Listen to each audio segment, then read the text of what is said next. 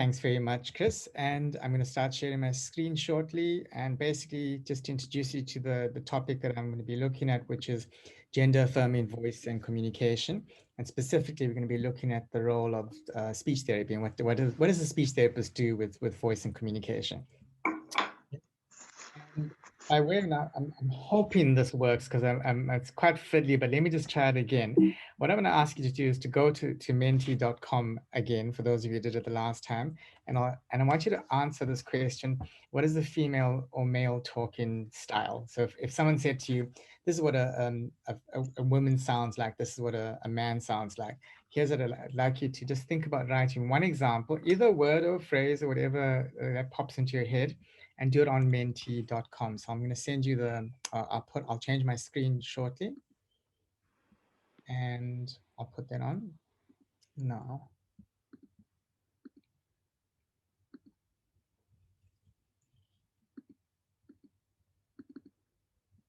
Okay, this should be visible to you. There we go. Thank you. Soft and deep. Higher tone for females. Yes. Female high pitched. Okay. Anything else? So far, we've got a couple of typical phrases. Yes.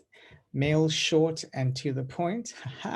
Female whimsical, higher pitch. Okay.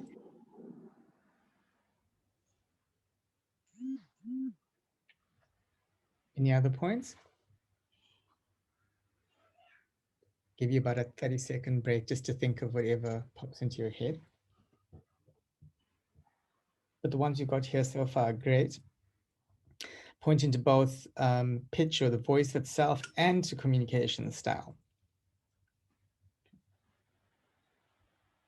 So I'm going to go with what you've got here for now and say, yes, absolutely right.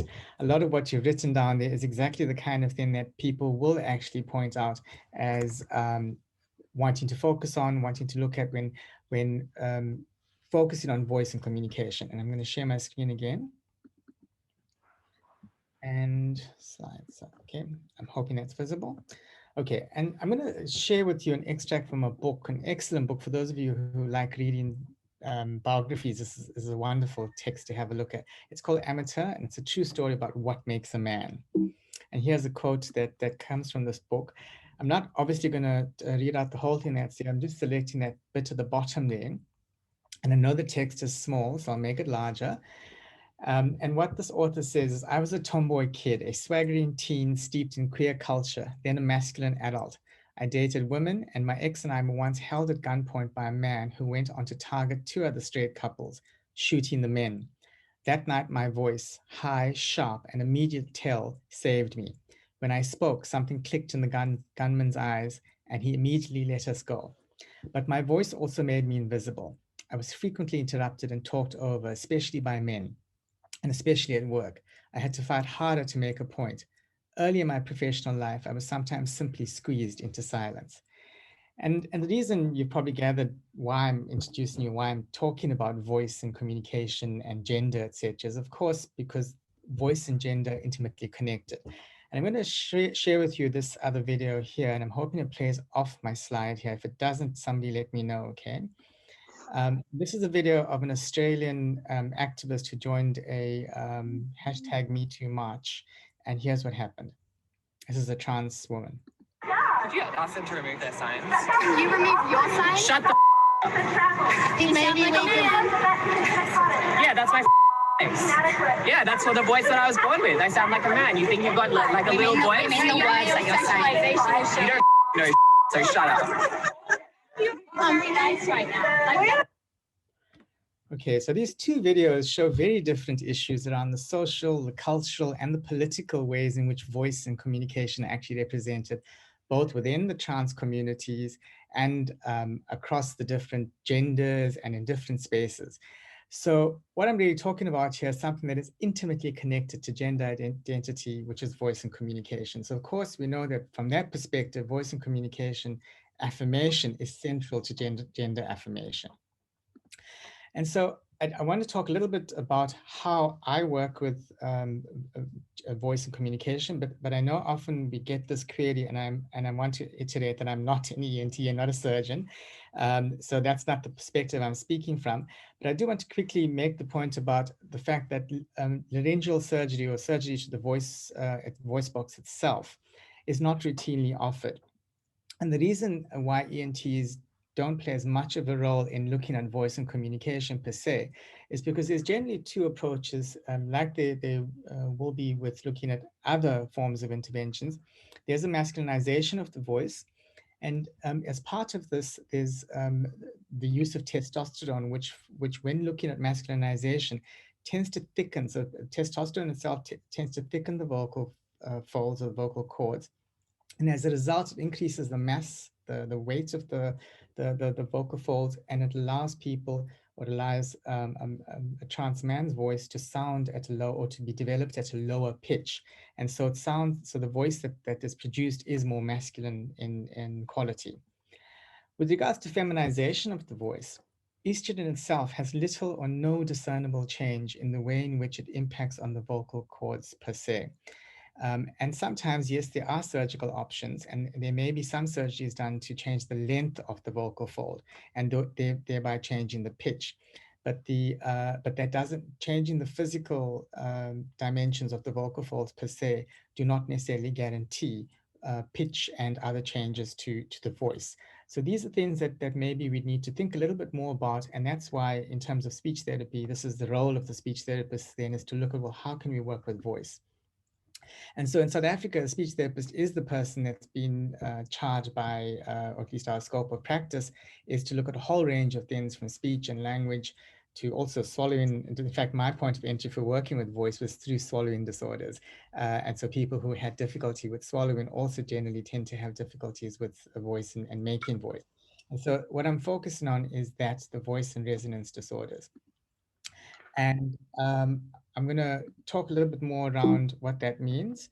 And in terms of working with voice, the main perspective, or the main thing that I wanted to share here, is that trans voice is a modification approach. So it's not a pure therapy per se. So I do, and you notice the title of the talk that I have is tries to give me something that's unmuted that may need to mute. Sorry, I'm being distracted.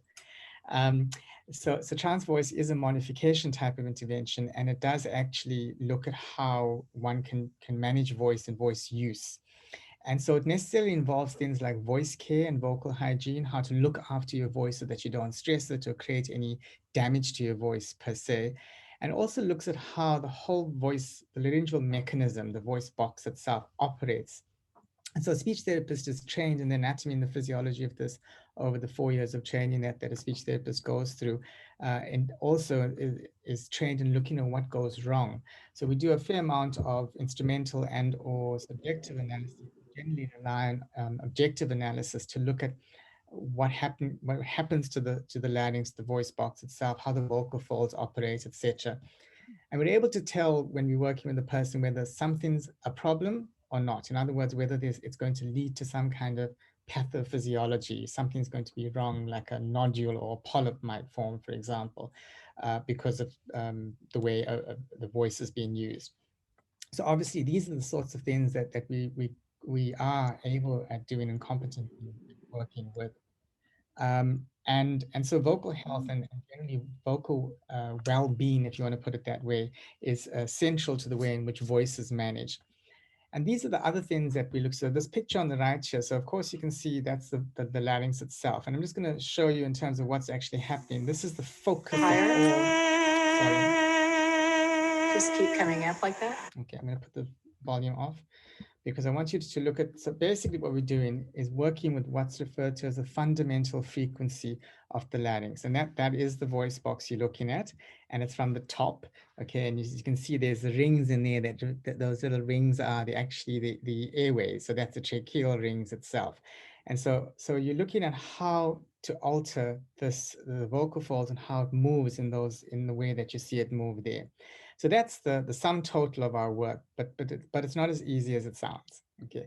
And so when looking at voice, these are some of the things that we work on. We work on pitch, And so the fundamental frequency I talked about now, those are some of the things we look at focusing on. When we're looking at developing or working with a feminization of a voice, our target is to look at, so it's, yeah, it's between 180 to 220 hertz. So it's a high frequency voice versus a lower frequency or lower pitched voice for masculinized voice, which is generally between approximately roughly between 100 to 140 hertz. And then there's the concept of also a neutral voice between 145 to 175 hertz. So this is some of what we would work with. We'd also look at things like resonance. We look at the vocal pitch range, because obviously people don't speak at the same pitch all of the time, every single moment they speak. We look at how you vary range. We look at your rate of speech, the kind of intonation that you use, the way in which you, the melodic nature of your voice, the way you ask a question, the way you raise your voice, and the way you show your happiness, your emotions, and all other things through your voice. So there's a whole range of things that can be looked at when we managing voice. But one of the big things that I would tend to focus on is also looking at preventing vocal abuse. Using a different voice means speaking in a way that is not usual. So the analogy is it's like carrying a different weight, and carrying it in an uncomfortable way may result in a form of vocal abuse. Because like with any other muscle, if you stress that muscle, it's going to be impaired. It's going to get it's going to become problematic. And so we prevent to look at preventing things like what's referred to as an adductor spasmodic dysphonia, big fancy word for the way in which the vocal folds close and how they might become, how they function overall. And of course, things like vocal nodules or getting uh, polyps or any other features on any other structures that may grow on the vocal folds maybe would be definitely things that we would want to prevent. And so vocal hygiene is important to know how to use one's voice in the correct way so that it doesn't lead to vocal difficulties. But at this point, what I'm going to do is ask, is, and put this out there. As you notice, I've spoken about a couple of other things associated with voice. And so is voice all that we need to focus on when we're looking at this? And of course it's not. And that's why I've got both voice and communication. Because while we look at that, and while we're looking at how voice is produced, we're really looking at all of these things you see here. Okay. And so communication is about everything we do. It's about how our identities are transmitted electronically. So this form of communication, for example, I am struggling with because I'm not sure how I mean, without seeing the people that I'm talking to, it really throws me for the six. It's difficult to know how to speak electronically. So there's versions of electronic speaking that are different from when you're in a face-to-face or a non-social distance moment. And those are all the different forms, are different modalities of communicating that need to be also done in accordance with one's gender identity and how people may communicate using a gendered understanding of voice and communication. Sorry, talking about which, I'm just going to sip some water. Okay. And so what I'm speaking about here is that other aspects, language, nonverbal communication is, I put down the word important, but for me, it's actually critical to the way in which we develop voice or how we develop our communication and in alignment with our gender. And so there's all these aspects here that I've just listed: voice and under voice, all the different factors that I've talked about already, like pitch, intonation, resonance, rate.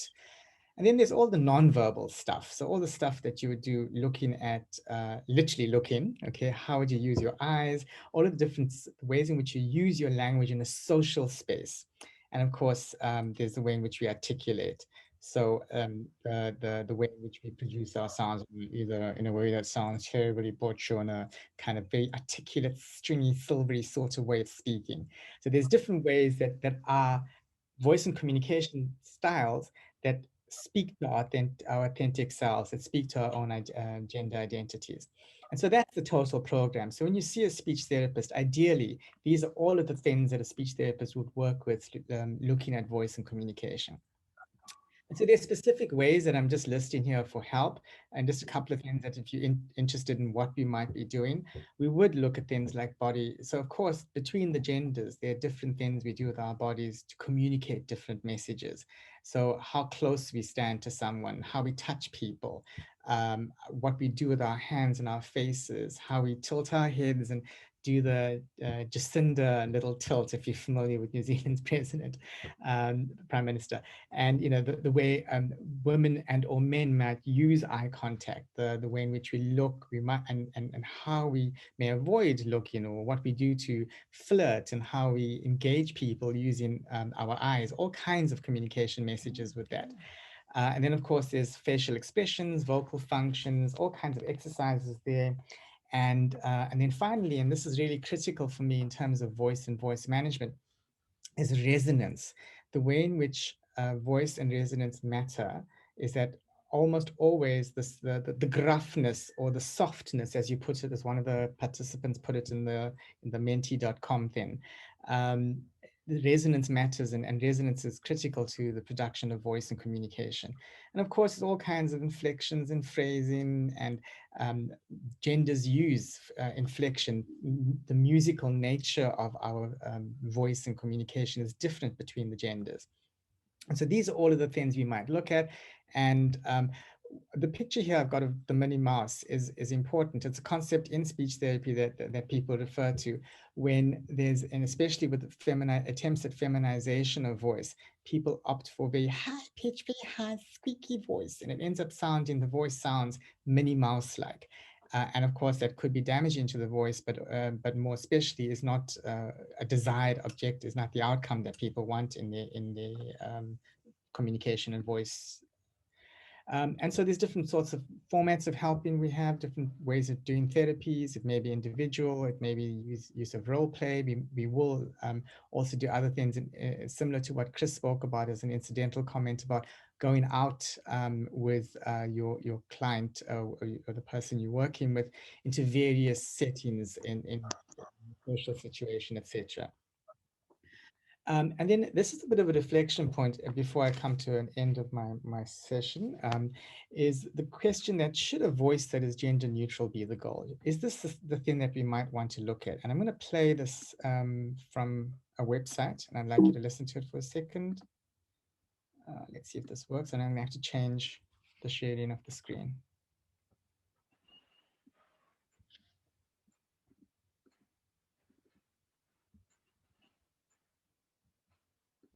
Hi, I'm Q, the world's first genderless voice assistant. Think of me like Siri or Alexa, but neither male nor female. I'm created for a future where we are no longer defined by gender, but rather how we define ourselves. My voice was recorded by people who neither identify as male nor female, and then altered to sound gender neutral, putting my voice between 145 and 175 hertz, a range defined by audio researchers. But for me to become a third option for voice assistants, I need your help.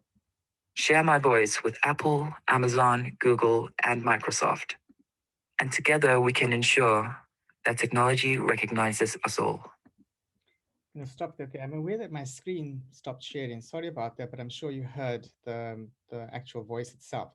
So what is being put out here at the end is what is it that a voice should be, and whose gender, and how is that gender understood? And so the take-home messages that I have now before I hand over to Anastasia is looking at voice is a cultural expression. Also, it necessarily incorporates looking at things that are verbal and non-verbal in terms of communication. And then it's a whole load of all of these other things that are directly interact with voice and communication. And so it is about also who we are, about the identities we have in the world, and the kind of person we want to communicate through our voice and communication. And I'm stopping there. Thank you very much.